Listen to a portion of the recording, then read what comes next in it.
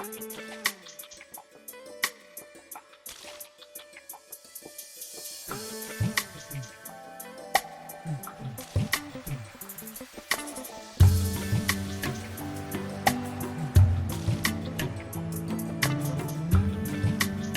there you go. It's Tuesday, July the 20th, and it's 30 degrees, and this is the water. The fish are eating like God knows what, but look at the water clarity. That filter system's kicked well and truly in. It's been 30 degrees now for 3 or 4 days. It was hot all last week anyway. The water temperature is 22, 23 degrees. If the algae was going to appear, it would have done already, and it hasn't. Got the aeration on full chuck. The watercress is just growing absolutely nuts. But look at that water. Not a hint of any waterborne algae at all. And just look at the water lilies. Loads of flowers. Quite a few have died back by now, but those are going huge. The leaves are just huge, between 10 and 12 inches wide. Solid green, so they're sucking up lots of nitrates. Skimmer's doing its job. Not so much protein in the water last couple of days, so I think the protein fractionator inside the filter house, that's doing its job. But I'm just blown away with the water clarity, considering how hot the water is. Seriously, the water is around about 22, 23. Let's go see. There we are then. If you look at the top reading, that's the pond water temperature, and that's 23.8 degrees, nearly 24 degrees. Now the ambient temperature, as you can see, the reading just below that is 24.7. So the water temperature is almost the ambient temperature. Now that's inside the filter house. I've got to say that, the ambient temperature. Outside it's 30 degrees as I showed earlier. But the water temperature, and that's taken in one of the filters, just here. There you go, bit mucky because of all the dirt and guns that's grown on top of it. But that's the thermometer basically. It's based on radio waves, so it just sends a signal over to the receiver. But that's the incoming water direct from the pond. The modified filter, the one that used to be a still bed, which is now a moving bed, that's just working great guns. It really is doing the trick because the nitrite level has gone down to 0. Now that's taken about 2 or 3 weeks, I've got to say that. So it wasn't an instant effect, but now my nitrites are down to 0, but the consequences now my nitrates have gone up. That's the last moving bed in line, and that basically goes through that UV filter there, and it's split between a 3-inch pipe, you can't see, just at the right at the bottom there, and that goes back to the pond as well. But the water clarity is actually stunning, considering that water temperature is 23.7. Let's just look at that again. In fact, it's crept up. Look at that. It's 5 o'clock in the evening now. There we are, nearly 10 past 5. You can see there, 17:09. And it's Tuesday, the 20th or 21st, I can't remember, of July, and the temperatures are going nuts. But the water temperature has gone right up. And I'll repeat, the outside ambient temperature is 30 degrees. I've got that thermometer in the shade, so it's not direct sun, it's in the shade. But the fact I've got absolutely very visual algae in the pond is mind-blowing. Just look at that clarity, straight down to the bottom. So yes, for all those naysayers, does a DIY koi pond filter system work? You bet your bottom dollar it does. That's the proof of the pudding, and it's there. It's as simple as that. The fish are healthy. The others haven't been. I've got to say that. When I first built the filter system, when was it now? Oh, 5 years ago. For the first 18 months, I had problems. Perhaps I put the fish in too early, but they did suffer because the filter system and the media was not growing the bacteria sufficiently. So I did have 1 or 2 problems, certainly with parasites, because the parasites were able to get grip of the fish because the pond water parameters weren't where they should. That was my naivety. I was quite new to koi keeping at the time. Over the last 5 years, I've learned a hell of a lot. I'm not saying I know everything because clearly I don't, but I'm definitely learning, and I'm just know now that my pond filter system is working as good as I would expect. In fact, it's the water clarity now that's blowing me over. Let's repeat the pond water parameters. The pH is down to 7, and that's absolutely stable day in, day out, week in, week out, and for the last 2 months at 7. The nitrite has gone down over the last 2 weeks, bearing in mind that 3 weeks ago I modified that still bed filter system with the K1, so it's now a moving bed, and my nitrite is now at 0, but the nitrate has gone up to around about 5, which is bordering on a little bit where I don't want it to be. But nitrate, bear in mind, is not particularly harmful to fish. That's why I put the watercress in. The watercress is growing ballistically. Still quite green, so there's still clearly plenty of nitrate in there. I don't know what else I can say really, other than the job's a good one. Yeah, fish are feeding well, gobbling everything down, and absolutely healthy. They flash just after they've eaten, but that's to be expected, and they're not flashing simply because they've got parasites. One slight negative, if you can see that Sankey there is almost like a Kahaku, the big one. He's showing signs of sunburn. If you see that dappled one there, it's almost like a Goromo. See him there, the big one, it's the biggest fish in the pond. The Ikui, you can see right on his nose there, has turned quite red, and there's nothing I can do about that. It simply doesn't respond to treatment. So yeah, everything's looking good on the pond side. In a week or two, I'll be putting down the patio around the tea house. I haven't done a great deal on that the last few weeks. Well, I can't say I've neglected it. I've just been concentrating on the garden. But the garden itself is looking fabulous. The greens are just superb with the recent rain about 3 weeks ago. We had loads of rain, if you remember. And now with all the sun, the garden's gone absolutely luscious.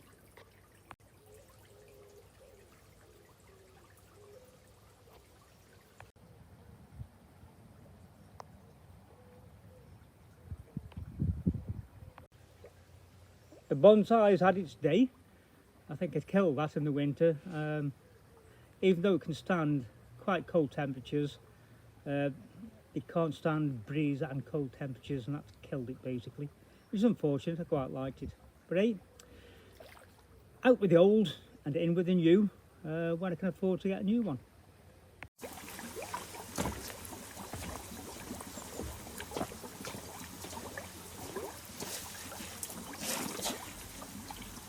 So the pump needs cleaning. The water flowing through the filter has slowed right down, so it can't be anything other than the pump. So I'm going to pull it out again and give it a good clean. Bear in mind, the last time I did this, I snapped the pipe. However, I've got the spare pipe at hand, and I've also got a little adapter to do a better repair just down there if it does break. So let's crack on with it. Pull that back.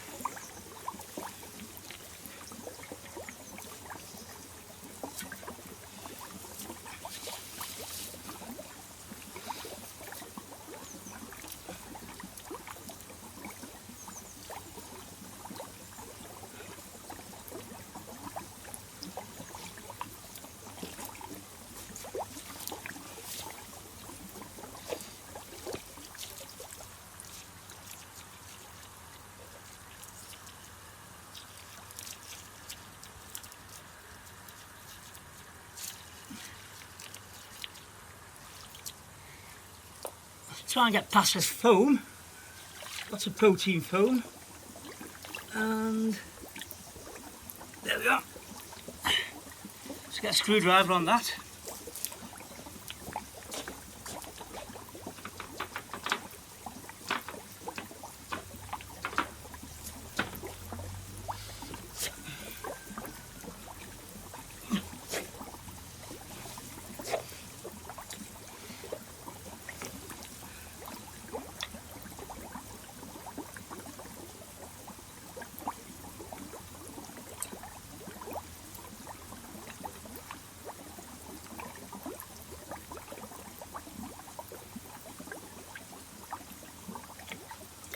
Go.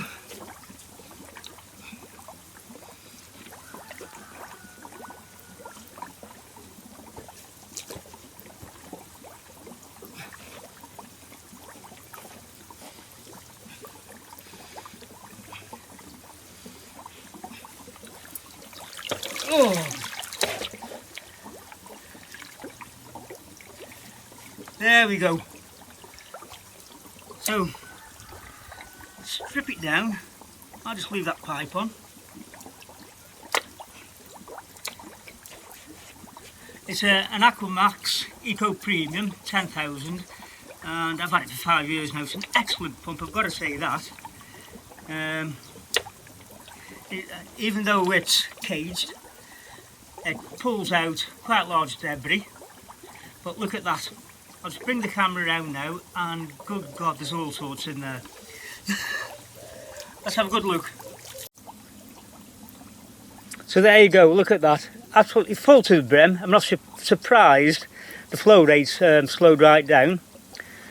So, last time I cleaned this out was about 2-3 months ago. Just at the end of spring, beginning of summer. So, it's done its job, it's drawn everything in. But now it's time for a good clean.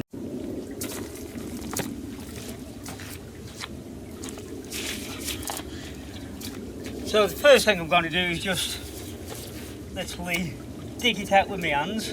Good fertiliser so that can go in the garden. And all the plants, especially that lily there. That'll like it. I'll dig it in after.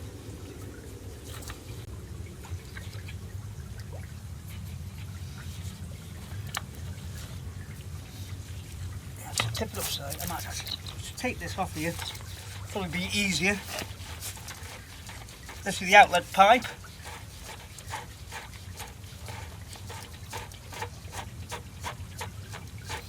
Tempted to change this today. As you can see, it gets quite brittle. I don't know if you can see there. And one quick sharp turn and that'll snap. So I think I'll just change it. I have got spare pipe. There you go. So I'll turn one job into two. Oops, there you go. Right, so all I'm going to do now, get the hose on it and give it a good clean out. So there you go, good clean out.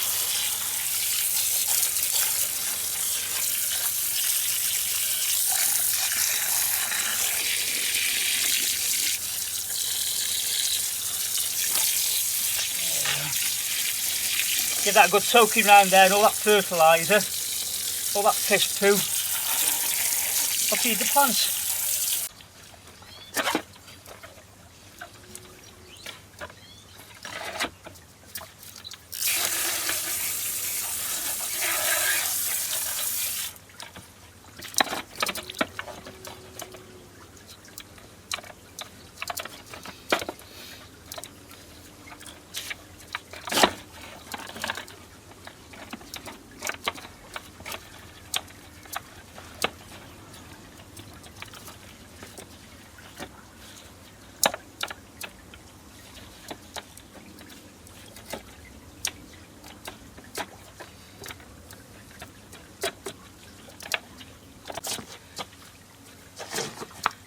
So the skimmer flow mechanism is jammed up.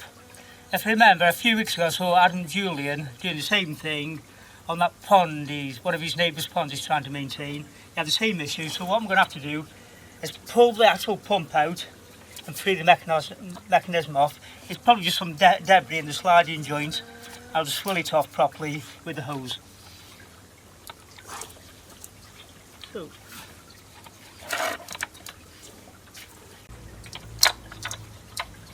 there you go.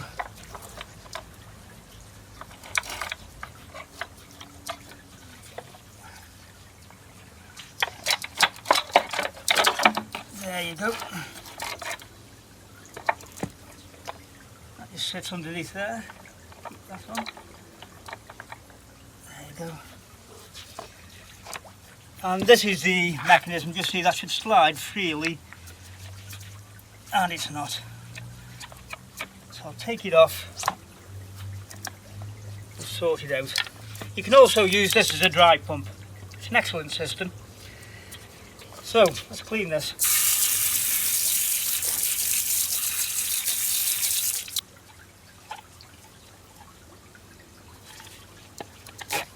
That's getting better. Let more down there.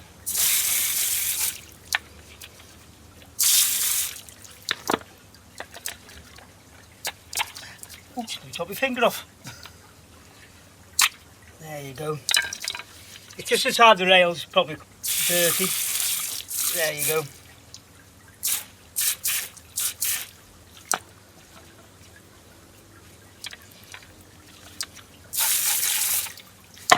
Can't remember which way it goes now. Let's experiment. It goes there. Pull it over.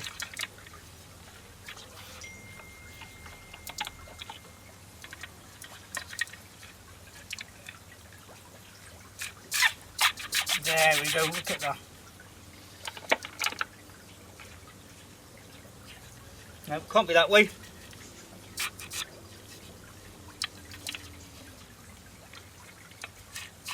Try that.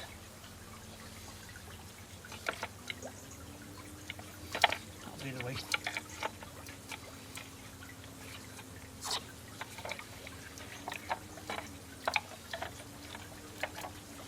That's it in there.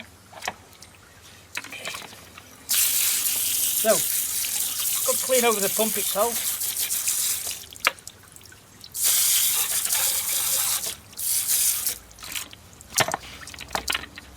I do have to say that Oase are a very, very good system. They're a very expensive pump, more expensive than most, but they're extremely reliable. I haven't had one issue with this, other than obviously the dirt and the muck and the gunge, but it does its job. What more can you ask for?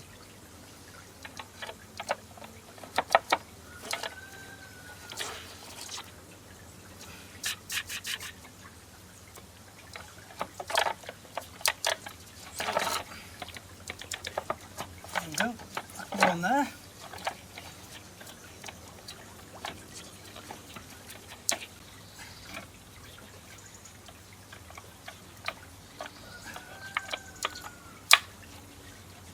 That's better. There you go. Right, see if it works now. Get that. Sweet as. So I'm going to put it 50-50. Which means I'm going to be drawing 50% through the strainer and 50% through the skimmer. And let's go from there. That'll do. Couple after that. That'll do. And let's change this hose.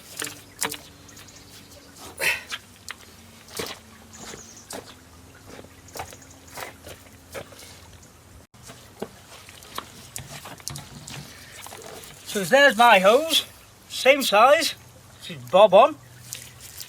So, let's change things around. I've also got a union, rather than just the bodge I made before. The bodge actually worked and it's been on there for a month or so. I never got round to changing it, even though I said I would. But now, I'm going to do it, that goes in,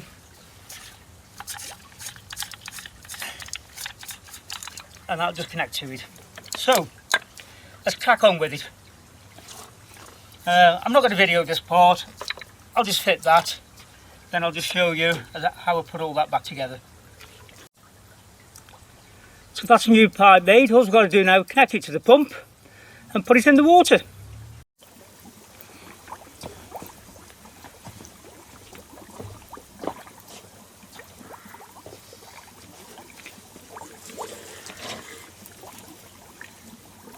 So let's get it refitted.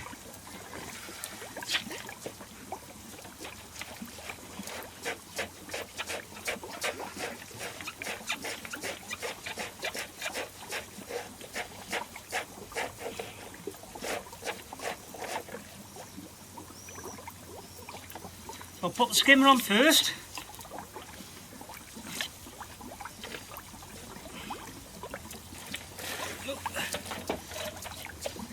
There you go. I got that hose I just made, I put it on there by mistake, so I'll take it off. On you go.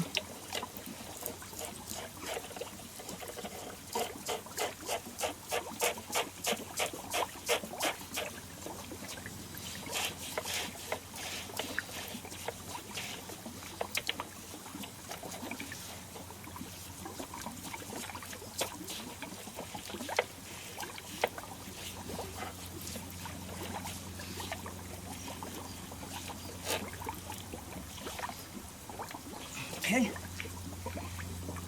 get this on. Make sure the seal's in there. There's a little seal on this one, just there. Pull that fly larvae everywhere. Go in.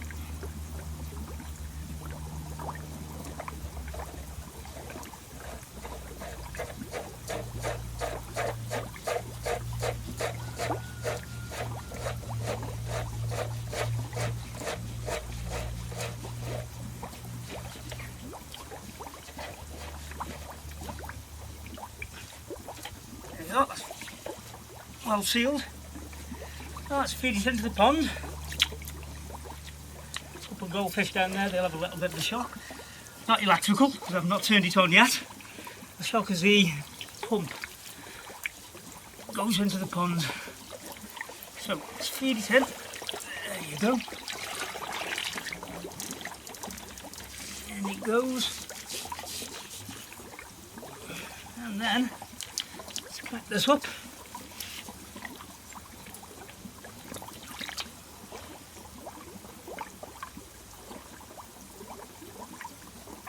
That's a better system, so if it breaks again, I can just change that section of pipe quite easily.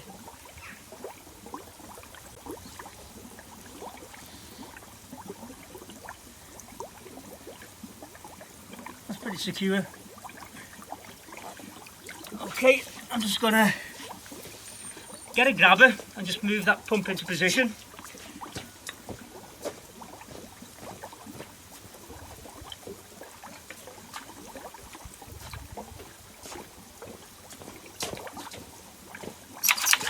There you go. Grab the pump. Oh, that's a net.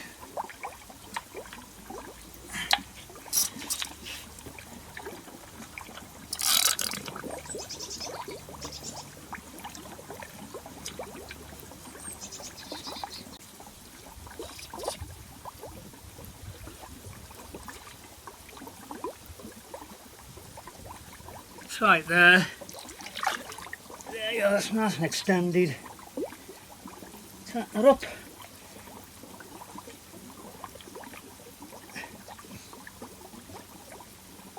Okay, let's try that. So here comes the water.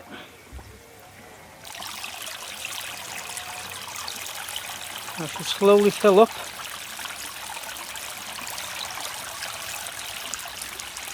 Okay, and what I really need to look at is the height of the water in the filters. Well, that's coming through nice, so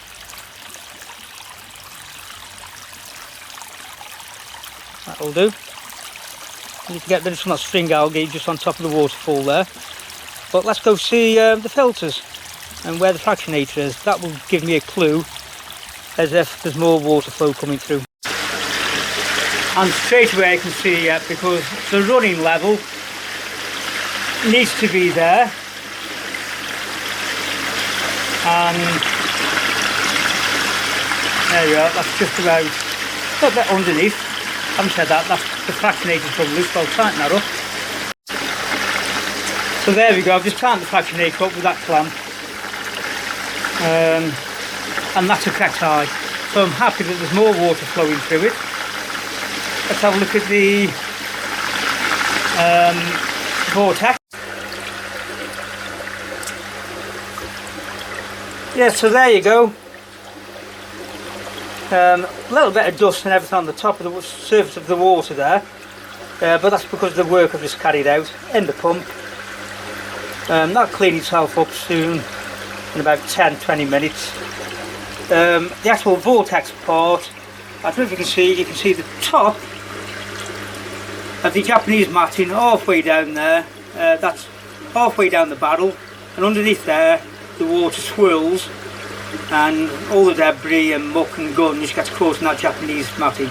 It's actually, I'm very impressed with the system because it actually kept the pond water crystal clear, as I hope to show you again. I showed you earlier actually, but just like to see it again. But there you go, I'm happy with the water flow once again. It slowed down around about a week, 2 weeks ago, and I'm not surprised. So that's it, that's another clean out for the water pump.